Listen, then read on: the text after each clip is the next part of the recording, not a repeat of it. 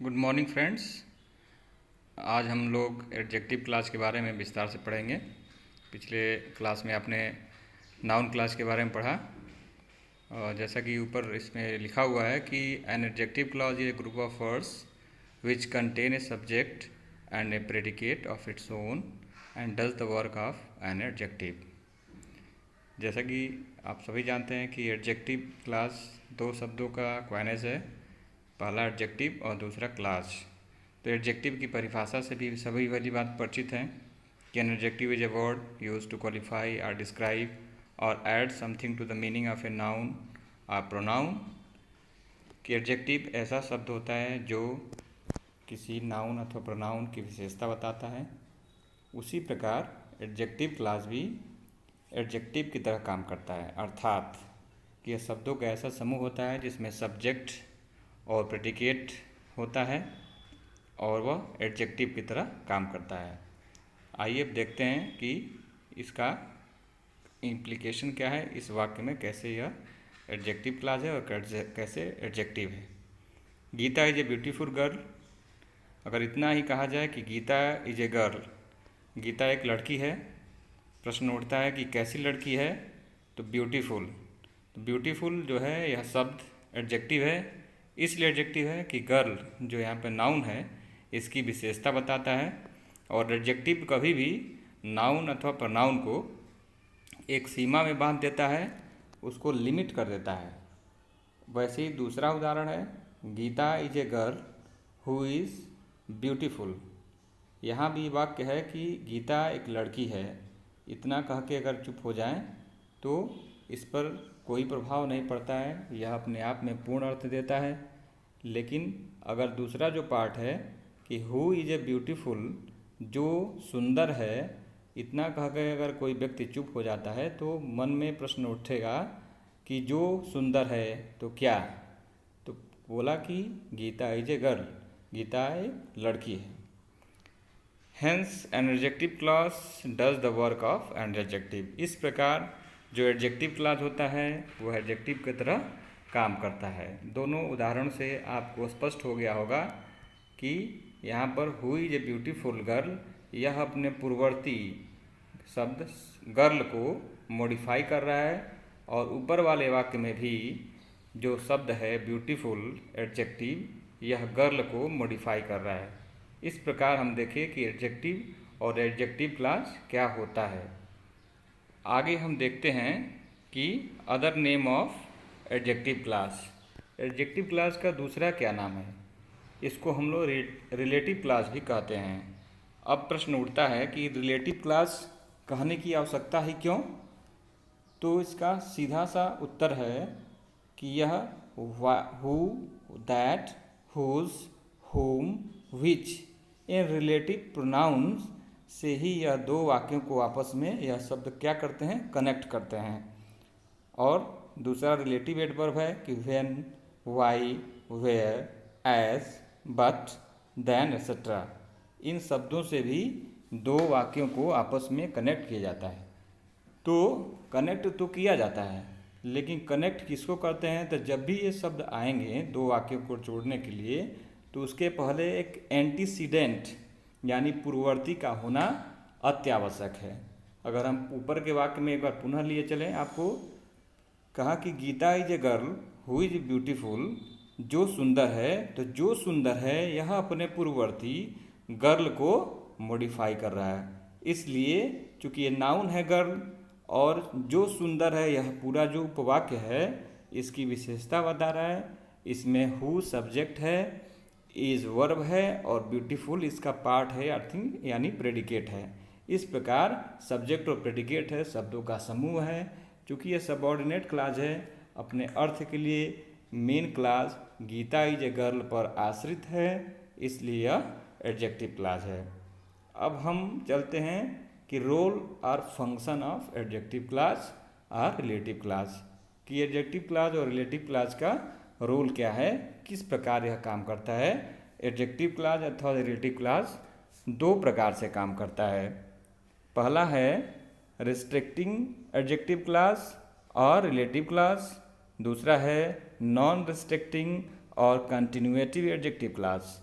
पहले को restrictive adjective class और रिलेटिव क्लास और डिफाइनिंग क्लास भी कहते हैं। दूसरे में नॉन डिफाइनिंग क्लास अर्थात नॉन रिस्ट्रिक्टिंग और कंटिन्यूएटिव एडजेक्टिव क्लास और नॉन डिफाइनिंग एडजेक्टिव क्लास। अब पहला है डिफाइनिंग और restricting adjective class. This class answer the question which one. Defining का मतलब होता है जो डिफाइन करता है किसी को भी किसी के कैरेक्टर को हम डिफाइन करते हैं तो उसके बारे में कुछ हम बताते हैं कि फला व्यक्ति ऐसा है, फला व्यक्ति या फला वस्तु ऐसी है, तो हम उसको डिफाइन करते हैं, यानी उसकी क्वालिटी को हम बताते हैं। और जैसे ही हम किसी व्यक्ति की क्वालिटी को बताते हैं तो उसको हम एक सीमा में बांध देते हैं। जैसे कहा कि Geeta is a beautiful girl, Geeta एक सुंदर लड़की है। अगर इस एडजेक्टिव को लेते हैं तो यह एडजेक्टिव जो ब्यूटीफुल है यह गीता की विशेषता बता रहा है। अब यह तो इसको एक सीमा में बांध दिया कि वह सुंदर है, तत्क्षण ही यह बात स्पष्ट हो जाती है कि गीता इज नॉट ए अगली गर्ल, कि गीता कुरूप लड़की नहीं है, यानी उसका जो कुरूपता है उसका यहाँ पर लोप हो जाता है। इस प्रकार की कोई भी एडजेक्टिव हो, जैसे ही एडजेक्टिव किसी नाउन की विशेषता बताता है वह उस नाउन अथवा प्रोनाउन को एक सीमा में, एक लिमिट में बांध देता है। वैसे ही एडजेक्टिव क्लास का भी काम है कि जिसमें डिफाइनिंग और रिस्ट्रिक्टिव एडजेक्टिव क्लास होता है, वहाँ पर कह रहा है कि Geeta is a girl who is beautiful. अब हु और गर्ल के बीच में कोई भी कामा नहीं है। इस प्रकार यह हु अपने एंटीसीडेंट गर्ल की विशेषता बता रहा है, यानी उसको एक सीमा में बांध दे रहा है। दूसरा है नॉन रेस्ट्रिक्टिंग और कंटिन्यूएटिव एडजेक्टिव क्लॉज और नॉन डिफाइनिंग एडजेक्टिव क्लॉज। इस क्लॉज की विशेषता यह है कि इसमें जितने भी कनेक्टिंग वर्ड होते हैं, हु, विच, दैट, हुम, हुज, वाई, व्हेन, वेयर, उनके और अपने जो उनके एंटीसीडेंट होते हैं उनके बीच में कामा आता है। अगर वाक्य 2 खंडों में है, 3 खंडों में है, तो उनके पूर्व और पश्चात दोनों जगह कामा का प्रयोग किया जाता है। जैसे यहाँ रमेश के बाद दिख रहा होगा और स्टूडेंट के बाद दिख रहा होगा। अगर कामा के बीच में आए हुए शब्द को, आए हुए वाक्य के अंश को हम हटा देते हैं और उसको ऐसे पढ़ते हैं कि Ramesh has been elected president of the college union, तो यह अपने आप में पूर्ण अर्थ देता है। लेकिन जैसे ही हम कहें कि Ramesh who is a first class student has been elected president of the college union, तो यह एक्स्ट्रा इन्फॉर्मेशन दे रहा है किसके बारे में? रमेश के बारे में।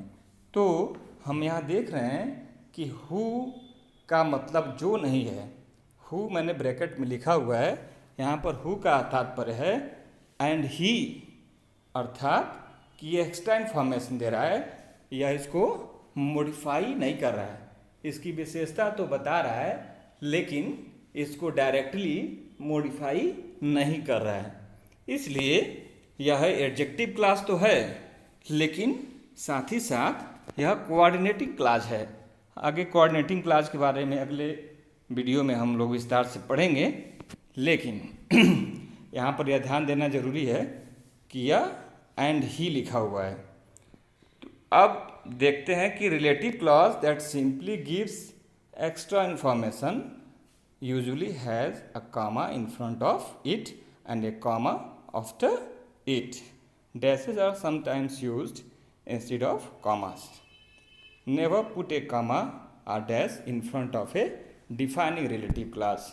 मैंने पहले भी बताया कि डिफाइनिंग रिलेटिव क्लास के पहले का जो एंटीसीडेंट होता है उसके पहले किसी भी प्रकार का कामा नहीं लगाया जाता है, लेकिन जो नॉन डिफाइनिंग और नॉन रेस्ट्रिक्टिंग एडजेक्टिव क्लॉज होता है उसके पूर्व और पश्चात कामा लगाते हैं। कभी कभी छोटे वाक्य होते हैं तो केवल पूर्व में ही कामा लग जाता है। अब पहले को हम और विस्तार से पढ़ते हैं। Analysis of restricting or adjective clause. अब कुछ उदाहरण लेते हैं। जैसे कहा कि the house that I live in belongs to my father. The house कौन सा घर, दैट आई लिव इन जिसमें मैं रहता हूँ, बिलोंग्स टू माई फादर वह मेरे पिता से संबंधित है। अगर इस वाक्य को ऐसे कहा जाए कि the house belongs to my father, यह घर मेरे पिता से संबंधित है, तो यह वाक्य अपने आप में पूर्ण है। लेकिन इसकी विशेषता बता रहा है कि दैट आई लिव इन जिसमें मैं रहता हूँ। घर तो बहुत सारे होंगे, एक घर होगा, दो घर होगा, 10 घर होगा, 20 घर होगा, लेकिन कहा कि दैट आई लिव इन उस घर में जिसमें मैं रहता हूँ। किसी और घर, कोई और घर नहीं मेरे पिता से बिलोंग करता है, उस घर में जिसमें मैं रहता हूँ। अर्थात यहाँ हाउस जो नाउन है उसको दैट आई लिव इन, इतना जो एडजेक्टिव क्लास का भाग है, इसको लिमिट में बांध दिया, इसको एक सीमा में बांध दिया, और सीमा में बांधने से यह एडजेक्टिव क्लास हो गया। दूसरा उदाहरण है कि the dog that bites does not bark. अब इसमें दैट बाइट्स को हटा दें, अगर कहें कि the dog does not bark, हालांकि अर्थ बदल जाएगा लेकिन यह पूर्ण अर्थ देगा। हो सकता है कोई विशेष कुत्ता हो क्योंकि इसके पहले द लगा हुआ है, लेकिन जैसे ही कहें कि द डॉग दैट बाइट्स, कौन सा कुत्ता, वह कुत्ता जो काटता है। यहाँ पर दैट सब्जेक्ट है, बाइट्स वर्ब है, और यह दैट बाइट्स जो काटता है, यह अपने आप में अपूर्ण अर्थ दे रहा है, यानी सबऑर्डिनेटिंग क्लॉज है। और सबऑर्डिनेटिंग क्लॉज में एडजेक्टिव क्लॉज है क्योंकि यह डॉग इस नाउन की विशेषता बता रहा है। अगला उदाहरण है कि he tells a tale that sounds untrue. वह ऐसी कहानी कहता है, वह एक कहानी कहता है। अगर इतना ही कह के चुप हो जाए तो अपने आप में पूर्ण है, लेकिन कहा कि दैट साउंड्स अनट्रू, वह असत्य प्रतीत होता है। तो वह जो असत्य प्रतीत होता है, तो इतना कह के अगर चुप हो जाए तो उत्कंठा होगी मन में कि क्या जो असत्य प्रतीत होता है, यानी इसके पहले कुछ न कुछ है, कोई चीज़ लैग कर रहा है। इसलिए दैट साउंड्स अनट्रू, इसमें दैट सब्जेक्ट के रूप में है, साउंड्स वर्ब है, और अनट्रू इसका कंप्लीमेंट है। तो कहा कि दैट साउंड्स अनट्रू, यह एडजेक्टिव क्लॉज की तरह है, क्लॉज के रूप में टेल की विशेषता बता रहा है, इसलिए यह वाक्य अपने आप में एडजेक्टिव क्लॉज वाला उदाहरण प्रस्तुत करता है। दूसरा है कि he met a girl whose eyes were blue. He met a girl, वह एक लड़की से मिला। अगर इतना कह के बात को ख़त्म कर दें तो ठीक है, यह अर्थ अपने आप में पूर्ण है। लेकिन अगर कोई इतना वाक्य बोले कि हुज आइज वर ब्लू, कि जिसकी आंखें नीली थीं, जिसकी आंखें नीली थीं, अगर इतना ही कोई लिख के छोड़ देता है तो पूछेगा कोई व्यक्ति कि उसके पहले क्या हुआ, यानी कौन, किसकी आंखें नीली थीं, मन में उत्कंठा होगी। तो पीछे वाला वाक्य जो गर्ल है वह हुज का एंटीसीडेंट है, यानी पूर्ववर्ती है, और उस गर्ल को एक सीमा में बांध रहा है कि भूरी या काली आंखें वाली नहीं, मैं किस लड़की से मिला, हुज आइज वर ब्लू, जिसकी आंखें नीली थी, न कि काली अथवा भूरी। इस प्रकार गर्ल को यह एक सीमा में बांध दिया, गर्ल को मॉडिफाई करा है, इसलिए डिफाइनिंग एडजेक्टिव क्लॉज है। अगला है आई नो द प्लेस, मैं उस स्थान को जानता हूँ, ठीक है, पूर्ण अर्थ देता है। वेयर यू लिव, जहाँ तुम रहते हो। अब जहाँ तुम रहते हो जैसे ही यह कहा जाएगा तो इसमें मन में उत्कंठा होगी कि भाई जहाँ तुम रहते हो क्या, उसके पूछले कुछ न कुछ होना चाहिए। तो यानी वेयर के पहले भी प्लेस एंटीसीडेंट है, इसका पूर्ववर्ती है, और यह बता रहा है कि मैं उस स्थान को जानता हूँ जहाँ तुम रहते हो। ऐसे वैसे स्थान को नहीं मैं कह रहा हूँ, उस स्थान को जानता हूँ जहाँ तुम रहते हो। अगला उदाहरण है वेयर इज़ द बुक। ठीक है, क्वेश्चन मार्क लग जाएगा अगर इतना ही लिखना हो कि किताब कहाँ है, वह किताब कहाँ है, कोई विशेष किताब होगी। लेकिन कहा कि where is the book that I gave you, वह किताब कहाँ है जिसे आई गेव यू, जिसको मैंने आपको दिया है। अब जिसको मैंने आपको दिया, यह किताब की विशेषता बता रहा है कि वह पुस्तक या किताब जिसको मैंने आपको दिया। जिसको मैंने आपको दिया यह बुक एंटीसीडेंट की विशेषता बता रहा है। इस प्रकार चूँकि दैट आई गेव यू एक क्लास के रूप में है और बुक की विशेषता बता रहा है, बुक चूँकि नाउन है इसलिए यहाँ पर यह एडजेक्टिव क्लास है। अगला उदाहरण है कि the explanation he gave was not satisfactory, वह जो उसने व्याख्या दिया he gave was not satisfactory, जो उसने व्याख्या दिया वह सेटिस्फैक्ट्री नहीं था। अब इसमें बहुत ध्यान देने वाली बात है, इसमें एरो लगा हुआ है और मैंने जानबूझ के इसको अंडरलाइन किया हुआ है। इसमें कहा कि दैट ही गेव या विच ही गेव, यहाँ पर ये साइलेंट है, ओमिटेड है, छुपा हुआ है। तो यह जो कि छुपा हुआ है, कभी कभी ऐसा होता है कि यह छुप जाता है, कभी कभी क्या आप अपने आवश्यकता अनुसार इसके छिपा देते हैं, ऊपर वाले वाक्यों में भी छिपाया जा सकता है। तो यह भाषा की सुंदरता है, क्योंकि brevity is the soul of wit कहा गया है। व्याकरणविद भी कहते हैं कि अर्धमात्रा लाघवे न पुत्रोत्सव मन्यन्ते व्याकरण, कि अर्धमात्रा के लाघव से जो व्याकरण लोग हैं वो पुत्र जैसा उत्सव मनाते हैं। तो जितने ही कम शब्दों में अपनी बात कह दी जाए वही भाषा की सुंदरता है। खैर, क्योंकि यह वाक्य है कि the explanation was not satisfactory, वह व्याख्या संतोषजनक नहीं था। अब बीच में आया है कि दैट ही गेव, जिसको उसने दिया। तो जिसको उसने दिया, किसको उसने दिया? द एक्सप्लेनेशन, यानी जो एक्सप्लेनेशन यहाँ नाउन है उसको मॉडिफाई कर रहा है इतना पार्ट दैट ही गेव। चूँकि दैट यहाँ पर या विच साइलेंट है इसलिए दिखाई नहीं दे रहा है, मैंने केवल एरो लगाया हुआ है। दैट ही गेव यह मॉडिफाई कर रहा है एक्सप्लेनेशन को, कि कैसा एक्सप्लेनेशन सेटिस्फैक्ट्री नहीं था, जिससे या जिसको उसने दिया।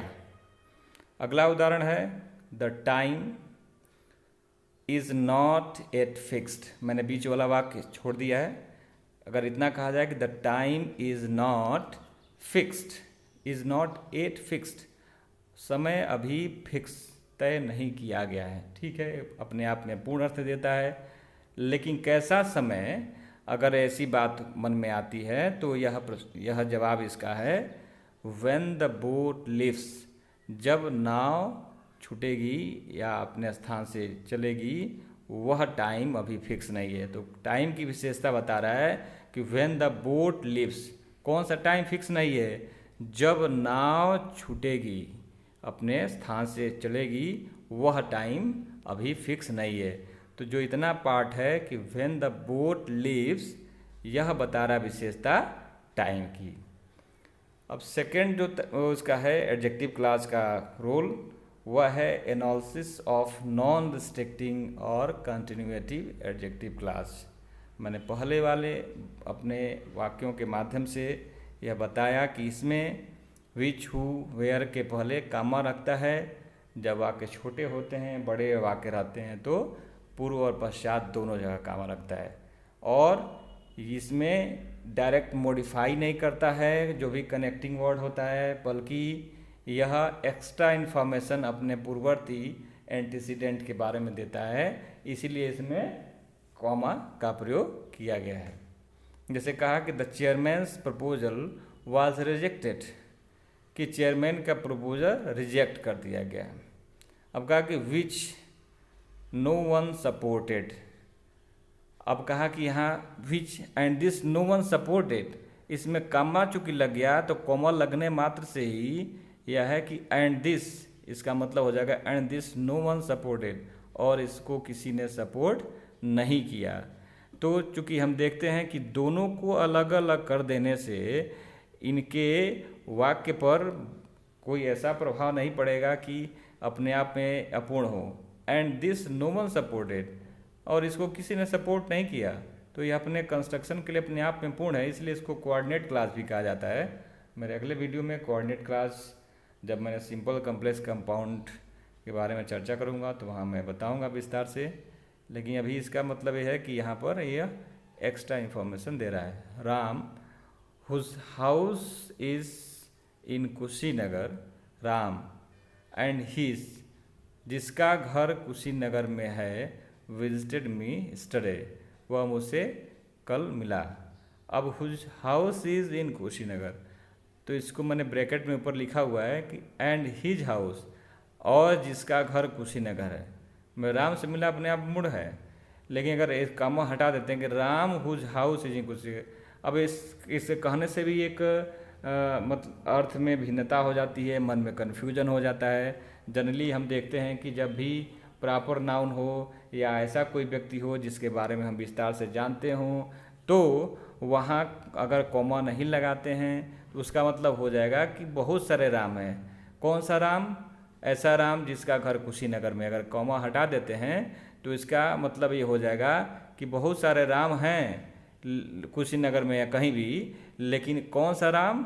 ऐसा राम जिसका घर कुशीनगर में है, उससे मैं मिला।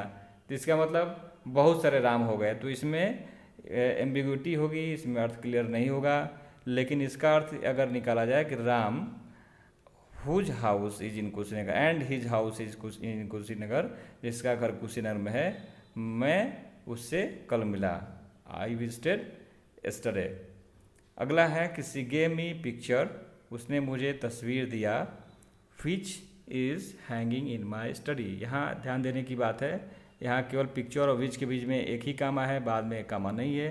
तो इस कॉमा को न लगाने के पीछे रीजन कि छोटा वाक्य है कि विच यहाँ का मतलब है कि and it is hanging in my study.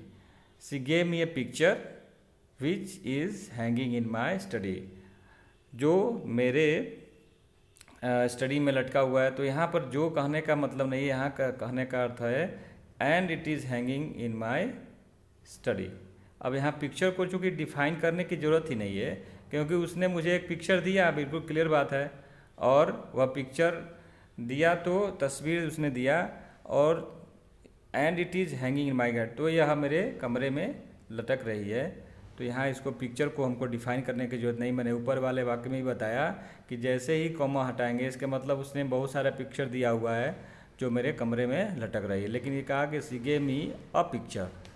अगला उदाहरण है he gave me a message which is this. अब ये वाक्य पूर्ण है अपने आप में कि he gave me a message, उसने मुझे संदेश दिया। अब उसने जब यहाँ संदेश दे दिया तो एक ही संदेश दिया ना, मुझे एक संदेश दिया, तो कहा कि एंड इट इज़ दिस, और यह और यह है, जो यह है और यह है। कहने का तात्पर्य है कि मैसेज क्लियर है, तो उसको डिफाइन करने की ज़रूरत नहीं है, इसलिए यहाँ पर विच जो है नॉन डिफाइनिंग है और मैसेज और विच के बीच में कॉमा लगा हुआ है। अगला उदाहरण है the prisoner was taken before the captain. अब कोई प्रिजनर है, वह कैप्टन के बिफोर, कैप्टन के पहले लाया जाता है। Who condemned him to instant death, जो उसको तत्काल मृत्युदंड की सज़ा दे देता है। अब यहाँ जो नहीं होगा, जो किस नहीं होगा कि प्रिजनर कैप्टन के सामने लाया जाता है। यह बिल्कुल बात क्लियर है कि कैप्टन कोई था, द लगा हुआ है, डेफिनेट आर्टिकल लगा हुआ है, प्रिजनर है और उसके सामने कैप्टन के लाया जाता है। तो कैप्टन और अगर हु के बीच में हम कॉमा लगा देते हैं तो कॉमा लगाने मात्र से ही हो जाएगा कि बहुत सारे कैप्टन हैं, हु यहाँ पर एक विशेष कैप्टन को डिफाइन कर रहा है, तो यहाँ वह एम्बिग्विटी हो जाएगी, अर्थ क्लियर नहीं होगा। लेकिन ऑलरेडी पहले सेंटेंस में ही क्लियर है कि the prisoner was taken before the captain. कोई कैप्टन है, कोई स्टोरी व्यक्ति नरेट कर रहा है, उसमें बता रहा है, या कोई घटना नरेट कर रहा है, उसमें बता रहा है कि कैप्टन है और उसके सामने एक बंदी को लाया गया है। तो यहाँ पर हु का तात्पर्य है कि and he condemned him to instant death. जैसे अगर कहा जाए एक वाक्य अगर मैं अपने से बताऊं आपको कि father who lives in America visited me. पिता जो अमेरिका में रहते हैं मुझसे कल मिले। और इसमें अगर हम कहते हैं हु और फादर के बीच में कोई कॉमा नहीं है तो यह वाक्य एक गाली हो जाएगा। क्यों? क्योंकि कौन से पिता कल मुझसे मिले? वह पिता जो अमेरिका में रहते हैं। The father who lives in America visited me yesterday. The father who lives in America माने अमेरिका में रहने वाले पिता कल मिले। तो यहाँ हुआ पिता को डिफाइन कर रहा है। लेकिन अगर इसके पहले हम कामा नहीं लगाते हैं तो यह अर्थ निकलेगा कि बहुत सारे पिता हैं और उनमें से एक पिता जो अमेरिका रहते हैं वह मिले थे, दिल्ली और कलकत्ता वाले नहीं मिले थे। तो यह गाली हो जाएगा। पिता तो बायोलॉजिकल किसी के एक ही हो सकते हैं। और अगर आप कामा लगा देते हैं तो इसका अर्थ होगा कि and he lives in America. उसका अर्थ हो जाएगा कि और वह अमेरिका में रहते हैं, कल मुझसे मिले। तो इसलिए यहाँ पर कॉमा लगाने की ज़रूरत है। अगला उदाहरण है कि he release the bird which at once flew away. He release the bird, उसने पक्षी को रिलीज मुक्त कर दिया। Which at once flew away and it once flew away, और यह एट वंस अचानक ही उड़ गई। और यहाँ पर विच लगाने से मतलब ये यहाँ एंड इट है। अगर बर्ड और विच के बीच में कमा नहीं लगाते तो इसका अर्थ हो जाता कि वह बहुत सारी चिड़िया को रिलीज किया, तब यहाँ द नहीं लगता। क्योंकि यहाँ द लग गया है यानी स्पेसिफिक होगी, यानी कोई विशेष चिड़िया हो गई, इसलिए द लग गया। चूँकि द डेफिनेट आर्टिकल है, उस पक्षी से हम भली भांति परिचित हैं, इसलिए बर्ड और विच के बीच में कॉमा लगाना जरूरी है। अगर यहाँ कॉमा नहीं लगाते हैं तो यह वाक्य गलत हो जाएगा। क्यों गलत हो जाएगा? मैंने पहले ही बताया कि मॉडिफाइंग एडजेक्टिव का काम है कि एंटीसीडेंट को मॉडिफाई करना। लेकिन जब नॉन स्ट्रिक्टिंग एडजेक्टिव क्लास प्रयोग होता है वह एक्स्ट्रा इन्फॉर्मेशन अपने एंटीसीडेंट के बारे में देता है। यद्यपि कि वह उसकी विशेषता बताता है लेकिन वह उसको मॉडिफाई नहीं करता है। मॉडिफाई करने मात्र से ही मैंने पहले भी बताया कि उसको एक सीमा बांध दिया और यह प्रतीत होने लगेगा कि जैसे बहुत सारी वैरायटी है उसमें से वह एक है। यहाँ पर रिलीज्ड के बाद द लगा हुआ है, इसलिए चिड़िया से भली भांति स्पीकर अवगत है, इसलिए यहाँ पर विच और बर्ड के बीच में कॉमा लगेगा। Note, a non restricting clause is coordinate clause. पहले भी मैंने बताया और इसलिए मैंने इसको लिख दिया है कि सिंपल कॉम्प्लेक्स कंपाउंड का जब मेरा अगला वीडियो जारी होगा तो मैं उसमें विस्तार से इसके बारे में भी बताऊंगा। कहा कि the relative pronoun who is used only for persons, the relative pronoun which is used only for things and the relative pronoun that can be used both person and things. और रिलेटिव प्रोनाउन दैट जो होता है वह person और things दोनों के लिए होता है। स्पेशल केसेस से तात्पर्य है कि रिलेटिव एडवर्ब, बहुत बार ऐसा कन्फ्यूजन हो जाता है कि व्हेन, वेयर, हाउ, व्हाई वाक्य जब में आता है तो विद्यार्थी कन्फ्यूज हो जाते हैं कि यहाँ पर एडजेक्टिव क्लास होगा कि एडवर्ब क्लास होगा। उसका मैं आज निराकरण आपको इस वीडियो के माध्यम से कर दूंगा। आइए देखते हैं वाक्य कैसा है। This is the house where I live. यह वही घर है जहाँ मैं रहता हूँ। तो जहाँ मैं रहता हूँ यह विशेषता किसकी बता रहा है? घर की। तो अब आपको कन्फ्यूजन यहाँ हो सकता है कि वेयर आया है तो एडवर्ब, चूँकि एडवर्ब क्लास है तो एडवर्ब रिलेटिव एडवर्ब है तो हो सकता है कि एडवर्ब क्लास हो, लेकिन ऐसा नहीं है। कारण है कि वेयर के पहले एंटीसीडेंट आएगा, लेकिन एडवर्ब में ऐसा नहीं होगा। जब हम एडवर्ब क्लास के बारे में आपको बताएंगे तो वहाँ विस्तार से इस चीज़ को चर्चा करेंगे। दूसरा उदाहरण है कि it was the moment when she सैंग। यह वही क्षण था जब वह गाई। जब वह कब गाई? द मोमेंट, क्षण। इस क्षण को यानी मोमेंट को व्हेन शी सैंग, इतना जो वाक्य है वह मॉडिफाई कर रहा है। इसलिए यह एडजेक्टिव क्लॉज है। दूसरा है the way how I escaped would make a thrilling story. अब कहा कि हाउ आई एस्केप्ड, इतने वाक्य को हटा देते हैं कि the way would make a thrilling story, कि यह बहुत ही रोमांचकारी कहानी होती। कैसे? हाउ आई एस्केप्ड, मैं कैसे बचा। तो मैं कैसे बचा, हाउ आई एस्केप्ड, इतना जो वाक्य है वह द वे को, यानी वे यहाँ नाउन है, इसको मॉडिफाई कर रहा है। The reason why Urmila went to Gorakhpur is not known. अब the reason is not known, अगर इतना कहा जाए कि कारण पता नहीं है, वाक्य पूर्ण है। Why Urmila went to Kanpur, क्यों उर्मिला गोरखपुर गई, क्यों उर्मिला गोरखपुर गई, इज़ नॉट नोन, यह मुझे पता नहीं है। तो यहाँ रीजन, यह जो नाउन है उसको why Urmila went to Gorakhpur, यह इतना वाक्य रीजन को मॉडिफाई कर रहा है, इसलिए यहाँ पर यह एडजेक्टिव क्लॉज है। दूसरा है adjective clause introduced by but का बहुत सारा रोल है। अब देखेंगे कैसे रिलेटिव क्लॉज या एडजेक्टिव क्लॉज में इसका क्या रोल है।